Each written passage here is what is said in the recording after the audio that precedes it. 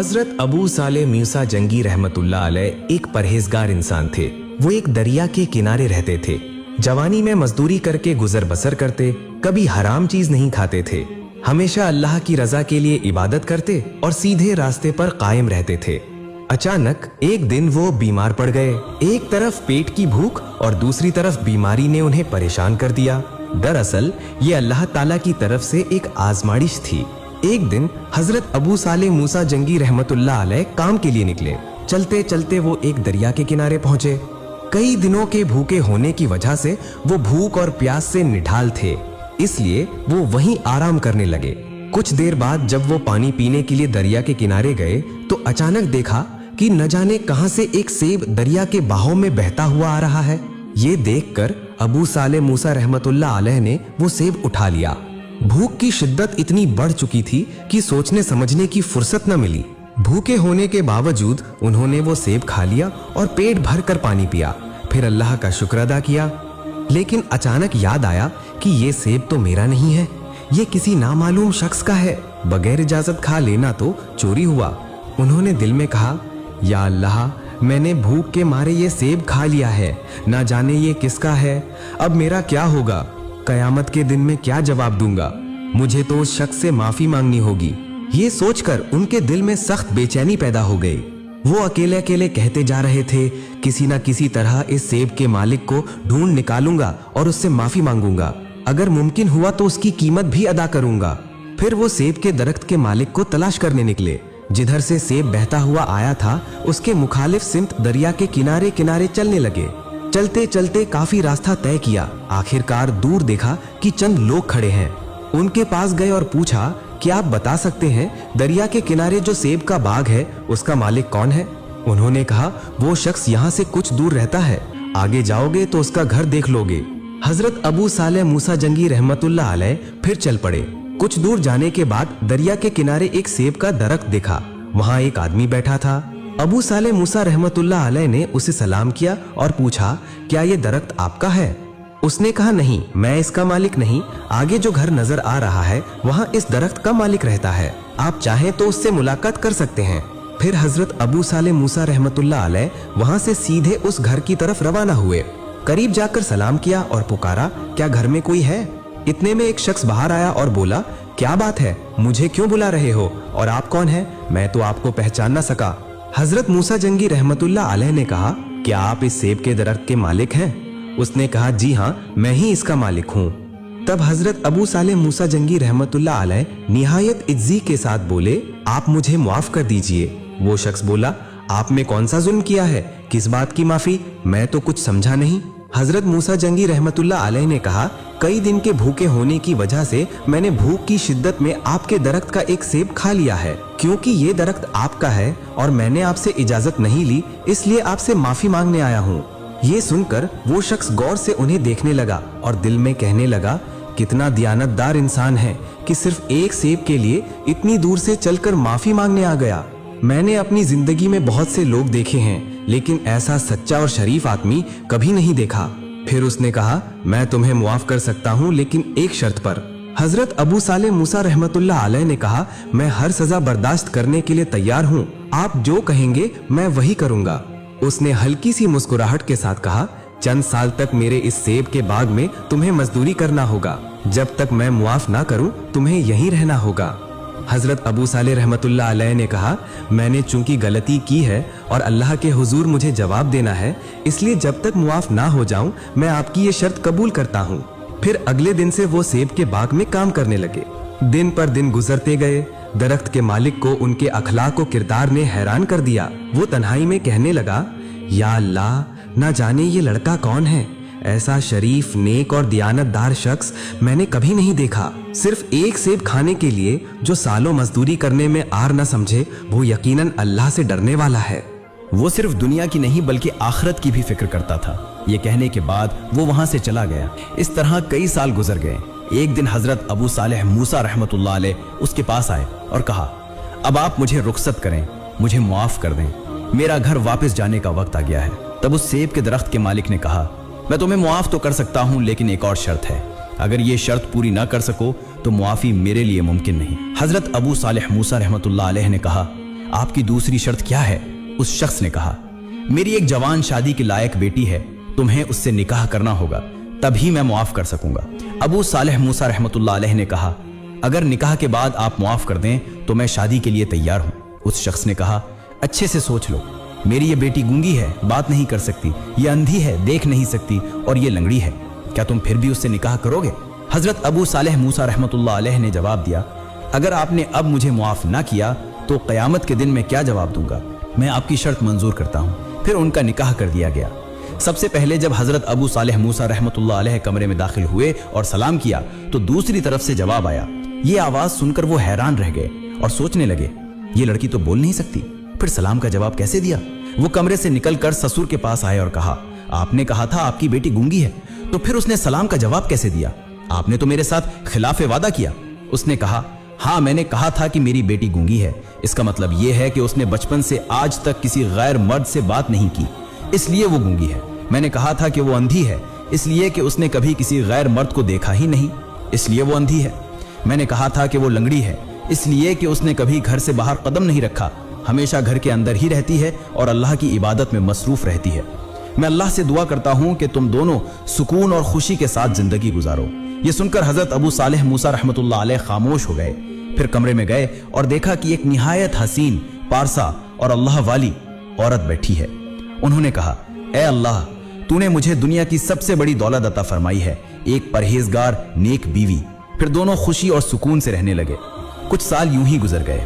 اللہ کے فضل و کرم سے حضرت ابو صالح موسیٰ رحمۃ اللہ علیہ کی بیوی ام الخیر فاطمہ حاملہ ہوئیں. ایک رات حضرت عبد القادر جیلانی رحمۃ اللہ علیہ کی والدہ ام الخیر فاطمہ اپنے گھر میں آرام فرما رہی تھی.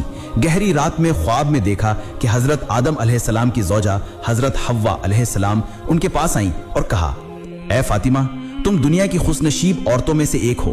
تمہارے بطن میں جو بچہ ہے وہ اولیاء کرام کا سردار غوث العظم عبد القادر جیلانی رحمۃ اللہ علیہ ہوگا, لہٰذا تم سادہ زندگی گزارنے کی کوشش کرنا. یہ کہہ کر حضرت حوا علیہ السلام غائب ہو گئیں. ام الخیر فاطمہ کی آنکھ کھل گئی اور انہوں نے اللہ کا شکر ادا کیا. یوں ہی وقت گزرتا رہا. پھر 470 ہجری ایک رمضان کو ایران کے جیلان صوبے کے نیف گاؤں میں غوث العظم عبد القادر جیلانی رحمۃ اللہ علیہ کی ولادت ہوئی. اس وقت رمضان المبارک کا ابتدا تھا. چاند دیکھنے کے لیے لوگ جمع ہوئے, مگر موسم خراب ہونے کی وجہ سے کوئی چاند نہ دیکھ سکا. لوگوں میں اختلاف ہو گیا. کچھ کہنے لگے, چونکہ چاند نظر نہیں آیا اس لیے کل سے رمضان شروع ہوگا. کچھ نے کہا, نہیں بھائیوں, رمضان آج سے شروع ہو گیا ہے. اسی دوران حضرت عبد القادر جیلانی رحمۃ اللہ علیہ کی والدہ نے دیکھا کہ ان کا ننھا بچہ فجر سے مغرب تک دودھ نہیں پی رہا. انہوں نے دودھ پلانے کی کوشش کی مگر بچے نے انکار کر دیا. تب وہ سمجھ گئے کہ رمضان شروع ہو گیا ہے. کتابوں میں لکھا ہے کہ یوں ہی رفتہ رفتہ غوث العظم عبد القادر جیلانی رحمۃ اللہ علیہ پروان چڑھنے لگے. جب غوث العظم عبد القادر جیلانی رحمۃ اللہ علیہ 4 سال کی عمر کو پہنچے تو قرآن کی تعلیم کے لیے ان کے نانا جان انہیں ایک عالم کے پاس لے گئے. پہلے دن استاد نے پڑھانا شروع کیا اور کہا, پڑھو اعوذ باللہ من الشیطان الرجیم. اس کے بعد حضرت عبد القادر جیلانی رحمۃ اللہ علیہ نے بسم اللہ الرحمن الرحیم پڑھنے کے بعد 18 پارے قرآن مجید زبانی سنا دیے. یہ دیکھ کر وہ استاد حیران رہ گئے. وہ چکرا گئے اور اکیلے اکیلے کہنے لگے, اتنی چھوٹی عمر میں جسے پہلی بار پڑھانے کے لیے لایا گیا تھا وہ پڑھانے سے پہلے ہی 18 پارے زبانی کیسے سنا سکتا ہے؟ پھر وہ استاد ایک نظر عبد القادر جیلانی رحمۃ اللہ علیہ کو دیکھتے رہے اور پوچھا, بیٹا تمہارا نام کیا ہے؟ انہوں نے کہا, میرا نام عبد القادر جیلانی ہے. اس وقت استاد نے کہا, تمہاری چھٹی ہے, جاؤ, تمہیں مزید پڑھنے کی ضرورت نہیں. پھر عبد القادر جیلانی رحمۃ اللہ علیہ گھر کی طرف روانہ ہوئے. گھر میں داخل ہوتے ہی نانا جان نے کہا, کیا بات ہے, میں نے تو تمہیں قرآن سیکھنے کے لیے استاد کے پاس چھوڑا تھا, اتنی جلدی واپس کیوں آ گئے؟ تب غوث العظم عبد القادر جیلانی رحمۃ اللہ علیہ نے کہا, استاد نے مجھے چھٹی دے دی ہے اور کہا ہے کہ اب تمہیں پڑھنے کی ضرورت نہیں. یہ سنتے ہی نانا جان غصے میں ایک لاٹھی لے کر ان کے پیچھے بھاگے. وہ دوڑتے دوڑتے کچھ دور گئے تو رستے کے کنارے قبرستان دیکھا. تب عبد القادر جیلانی رحمۃ اللہ علیہ نے قبروں والوں کو پکار کر کہا, اے قبروں کے مردوں, دیکھو میرا نانا مجھے مارنے کے لیے پیچھے آ رہا ہے, تم سب سامنے آ جاؤ. یہ کہنا تھا کہ قبروں سے بہت سے مردے نکل کر عبد القادر جیلانی رحمۃ اللہ علیہ کے سامنے آ کھڑے ہوئے. یہ منظر دیکھ کر نانا جان حیرت زدہ رہ گئے. انہیں یقین ہو گیا کہ یہ عام بچہ نہیں بلکہ اللہ کی رحمت اس پر ہے. یہ بڑا ہو کر اللہ کا ایک عظیم ولی بنے گا. اسی طرح غوث العظم عبد القادر جیلانی رحمۃ اللہ علیہ آہستہ آہستہ بڑے ہونے لگے. ایک دن ان کے والد کاروبار کے مقصد سے کسی دور دراز علاقے کے سفر کی تیاری کر رہے تھے. उस वक्त अब्दुल कादिर जीलानी रहमतुल्लाह अलैह ने कहा, अब्बा जान, मैं भी आपके साथ चलूंगा। हजरत अबू सालेह मूसा ने मुस्कुराकर कहा, बेटा तुम अभी छोटे हो, मत जाओ, रास्ता बहुत लंबा है और रास्ते में खौफनाक जंगल है। इस जंगल में कई शेर और रीछ रहते हैं, वो हमला कर सकते हैं। तब अब्दुल कादिर जीलानी रहमतुल्लाह अलैह ने कहा, अब्बा जान, वो हमला नहीं करेंगे, मुझे साथ ले चलिए, मैं जरूर जाऊंगा। बिल आखिर वालिद अपने बेटे की बात न टाल सके। अगले दिन बाप बेटा दोनों साथ सफर पर रवाना हुए। चलते चलते जंगल के बीच में पहुंचे। जंगल पुरस्कार और सुनसान था, दरिंदों की आवाजें और डरावना माहौल। इसी वक्त उन्होंने दूर पहाड़ की तरफ देखा कि जंगल का एक खूनख्वार शेर झांक रहा है और उनकी तरफ घूर रहा है। ये देखकर हजरत अबू सालेह मूसा ने कहा, अब्दुल कादिर, देखो शेर है, जल्दी चलो वरना हमला कर देगा। ये कहना था कि वो शेर दहाड़ते हुए उनकी तरफ बढ़ने लगा। अबू सालेह मूसा खौफ के मारे कांपने लगे, लेकिन अब्दुल कादिर जीलानी रहमतुल्लाह अलैह की आंखों में जरा सा भी खौफ न था। उस वक्त गौसुल आजम अब्दुल कादिर जीलानी रहमतुल्लाह अलैह ने कहा, अब्बा जान, आप यहीं खड़े रहिए, कुछ नहीं होगा। जब शेर करीब आया तो गौसुल आजम अब्दुल कादिर जीलानी रहमतुल्लाह अलैह ने शेर की आंखों में देखकर बुलंद आवाज में कहा, ए जंगल के शेर, मेरा नाम अब्दुल कादिर जीलानी है, मैं अल्लाह का बंदा हूँ और रहमतुल्लिल आलमीन मोहम्मद रसूलुल्लाह सल्लल्लाहु अलैहि वसल्लम का उम्मती हूँ। ये सुनते ही शेर फौरन रुक गया, उसकी आंखों से दरिंदगी खत्म हो गई। शेर ने सर झुका लिया और आकर अब्दुल कादिर जीलानी रहमतुल्लाह अलैह के कदमों के पास बैठ गया। फिर उसने हजरत अब्दुल कादिर जीलानी रहमतुल्लाह अलैह और अबू सालेह मूसा के कदमों को चूम लिया और आहिस्ता आहिस्ता जंगल में वापस चला गया। ये करामत देखकर अबू सालेह मूसा रहमतुल्लाह अलैह हैरान रह गए और समझ गए कि ये बच्चा आम नहीं बल्कि मुस्तकबिल में अल्लाह का एक अजीम वली बनेगा। कुछ दिनों के बाद बगदाद के एक अहम इलाके में खौफनाक आग लग गई। आग तेजी से फैलने लगी और लोगों के घर जलने लगे। लोग घबराकर इधर उधर भागने लगे और अपने माल को बचाने की कोशिश करने लगे, लेकिन आग इतनी शदीद थी कि कोई भी उसे बुझाने पर कादिर न था। इस हालत में सब लोग हजरत अब्दुल कादिर जीलानी रहमतुल्लाह अलैह के पास दौड़ कर गए और अर्ज किया, अब्दुल कादिर जीलानी, आप कुछ कीजिए, आग हमारी जानो माल को बिल्कुल तबाह कर रही है। तब हजरत अब्दुल कादिर जीलानी रहमतुल्लाह अलैह ने यह खबर सुनकर फरमाया, तुम सब्र करो और अल्लाह पर भरोसा रखो। फिर वो फौरन जाए हादिसा की तरफ रवाना हुए। वहां पहुंचकर देखा कि सब कुछ तकरीबन जल चुका है, सिर्फ थोड़ा सा बाकी है। तब हजरत अब्दुल कादिर जीलानी रहमतुल्लाह अलैह ने अल्लाह के हुजूर दुआ की और कहा, या अल्लाह, अगर तू चाहे तो सब कुछ मुमकिन है। या अल्लाह, तूने नमरूद की आग से हजरत इब्राहिम अलैहिस्सलाम को बचाया था, आज भी अपनी रहमत से हमें बचा ले।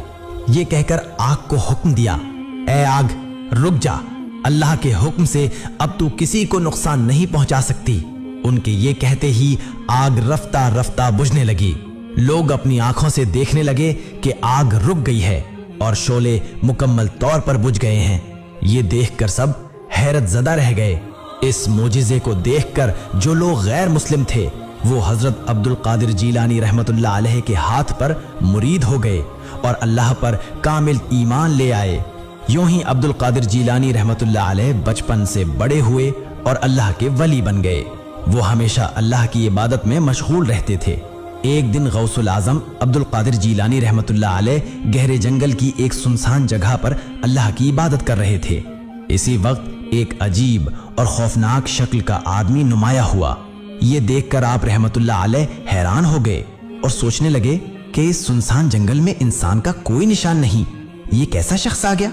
वो अजीब शक्ल का आदमी आहिस्ता आहिस्ता करीब आकर बोला, ए अब्दुल कादिर जीलानी, तुम तो अल्लाह के खास बंदे हो, तो फिर इस गहरे जंगल में क्या कर रहे हो।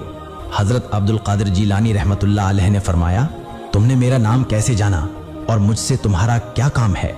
वो अजीब शक्ल का आदमी जोर जोर से डरावनी हंसी हंसने लगा और कहा, मैं तुम्हें खुश आमदीद कहने आया हूँ। हजरत अब्दुल कादिर जीलानी रहमतुल्लाह अलैह ने फरमाया, किस लिए और अभी तक मेरे सवाल का जवाब क्यों नहीं दिया। तब वो अजीब शक्ल का आदमी हंसते हंसते एक जिन्न की सूरत इख्तियार कर गया और कहने लगा, मैं शैतान जिन्न हूँ, मैंने कई इंसानों को बहकाकर बुरे रास्ते पर डाल दिया है, लेकिन तुमने अपनी रूहानी ताकत से उन्हें अल्लाह के रास्ते पर वापस ला खड़ा किया और उनका ईमान मजबूत कर दिया। हजरत अब्दुल कादिर जीलानी रहमतुल्लाह अलैह ने फरमाया, ऐ शैतान जिन, ये मेरी करामत नहीं बल्कि अल्लाह की रहमत है, जिससे वो लोग सीधे रास्ते पर आए। तो यहाँ से चला जा मैं अल्लाह की इबादत कर रहा हूँ। शैतान जिन बोला, आज तुझे अकेला पाया है, अब तुझे खत्म कर दूंगा। वो करीब आने लगा। तब हजरत अब्दुल कादिर जीलानी रहमतुल्लाह अलैह ने अल्लाह से दुआ की। इसी वक्त ना जाने कहां से एक बड़ा लोहे का हथौड़ा आया और शैतान जिन के सर पर पड़ा। वो बर्दाश्त ना कर सका और गायब हो गया।